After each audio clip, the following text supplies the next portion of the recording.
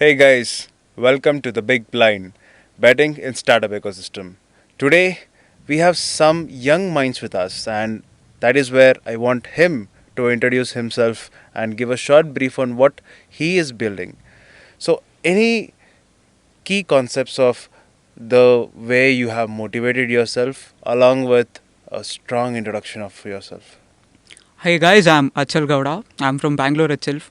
I've been a motorsport athlete for a few years now, and the journey was going great. But and until I stepped into the boardroom, I learned a lot of things, and also I was a part of cohort with support from my college teachers and principal and other people who supported me. Thanks to them, firstly, and as a founder, it is always immense pleasure to meet people like you. Thank you so much for the What opportunity. what what is your age, Achal? I'm 20 currently. Okay, 20 and Yeah, founder. Damn, that's the right thing. What I would say has to be done. You got to start early. yeah. And what was I at 20? Maybe I was doing a master's. I don't remember. But how did you come up with building a company? How did the idea strike for you? So it all began when I stepped into engineering. I thought startup is a lot of risk to take. I thought let me focus with good placement and getting good grades. I was in the first sem, and one of my teachers really motivated me to do things. She used to always say, "You have good ideas, just try cultivating it." And randomly, I stepped into a competition wherein there were two investors. One was our alumni, and one person. His name is Aniket Jain. They both were the judges over there. I just pitched in my idea, which I'm currently building. They both really liked my idea, and I got the best idea certificate. And that was one of the first awards that I got that really motivated me. Then I started attending few competitions like hackathons, ideathons, and now in my bag I have 6 awards like that. 4 are the ideathons and 2 are the hackathons. My achievements include the business idea pitch, where it all started in the MBA department of my college itself. I I also bet the team by a very good margin, and they were also wondering how did an engineering student do that. That gave me a lot of confidence. And in the same way, people also used to say that, okay, you somehow did it, and to answer to such people, I again did that, but in a tier one university called RV University. So that's how I got all of my motivation. I had a good team to work with. It all started as an innovation club, and I got a offer from LinkedIn, just a notification saying that okay, you can be part of Build 3. I attended the interview, and honestly, being a student, the cohort fees was a lot to me, and my college was ready to support. I just pitched this to my director and my coordinator and all the respective faculties. They were really supportive. And also, to note this point, they had also covered the cohort fees, my stay at the Build 3, and all the transport expenses. That's how I really got into it. And before coming into Build 3, I was just a team lead at the club. And after stepping in, I became a startup founder officially. That's pretty interesting, I would say. I mean, you believed in what you have to do and you're doing, but your mentors and your supporters took a bet on you that you would be doing Yeah. something very impactful. Uh, when did you start? What you're building right now. How long has it been?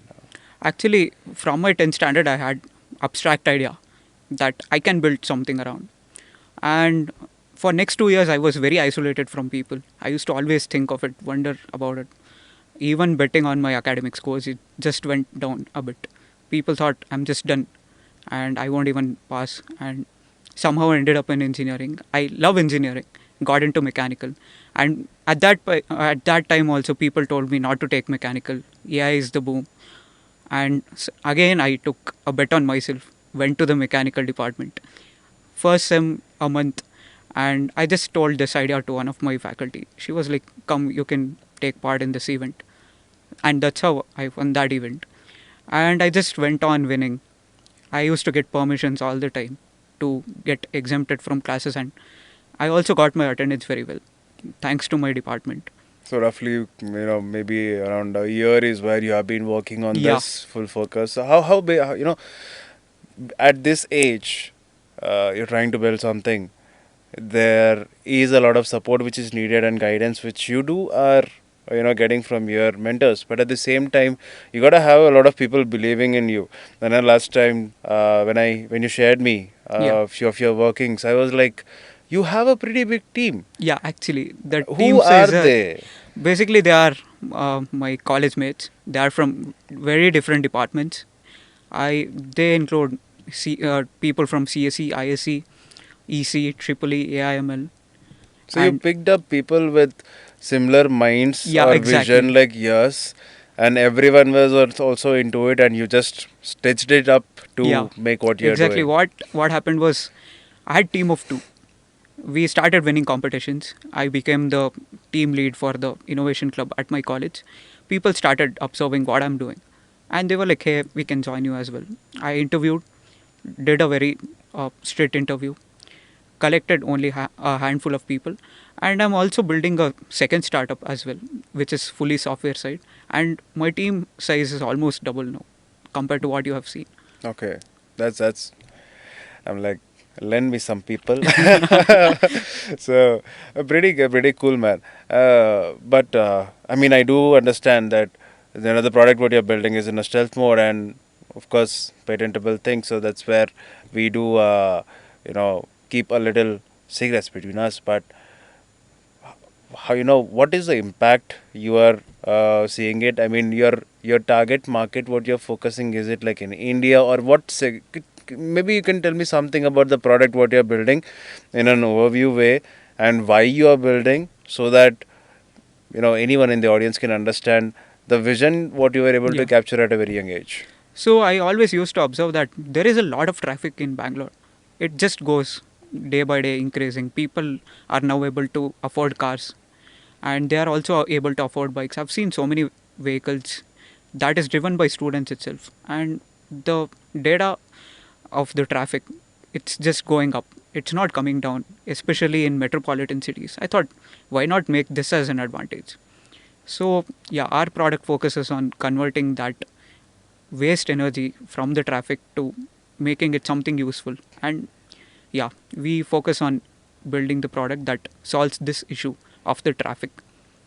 Nice. I mean that this positions you towards a sustainable vision of where Yeah. you're going. I mean, that is something which most of the founders should also focus in the current generation, where it's not just about taking from the market or taking from the ecosystem, but also giving back to it. So that's pretty important, is what I believe. But at the same time, you are pretty young.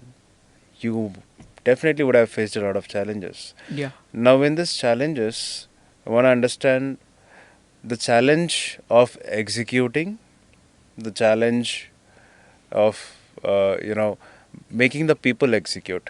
That is with respect to your firm.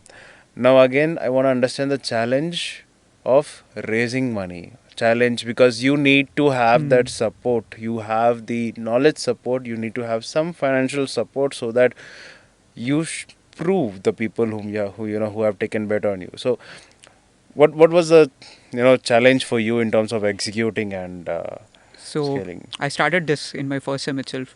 Ideologically, I was very fine that I will be doing it. But the mechanism part, that hit really hard because I just went through Google and there were like so many patents and they had their issues entirely.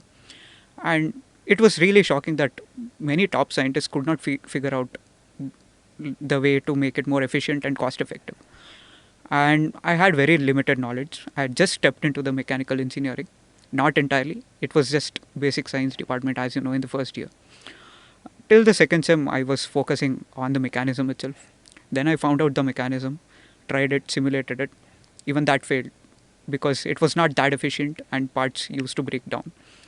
And in my third sem, I started again, all over again. In the meantime, I used to win these competitions with the existing, you know, idea as well. And in the fourth sem, I successfully have made this model that actually works and also brought down the MRP or the production cost of the product drastically. Nearly, I've cut down it by 50%. So you have the working prototype in place. Yeah, we are still building it. Oh, it is working. Beautification is next Yeah, stage. yeah, Let's beautify it later. yeah, If once it is working, is what people want to understand and take a bet on.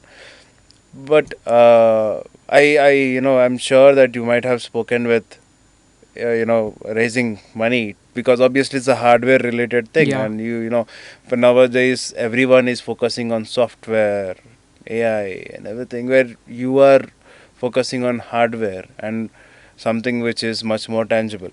So, what was your challenge on speaking with investors? Did you or even fundraisers the concept? Because were you exposed to what has to be done? Did you have an idea of whom to reach out to raise fund at this age, at this prototype stage?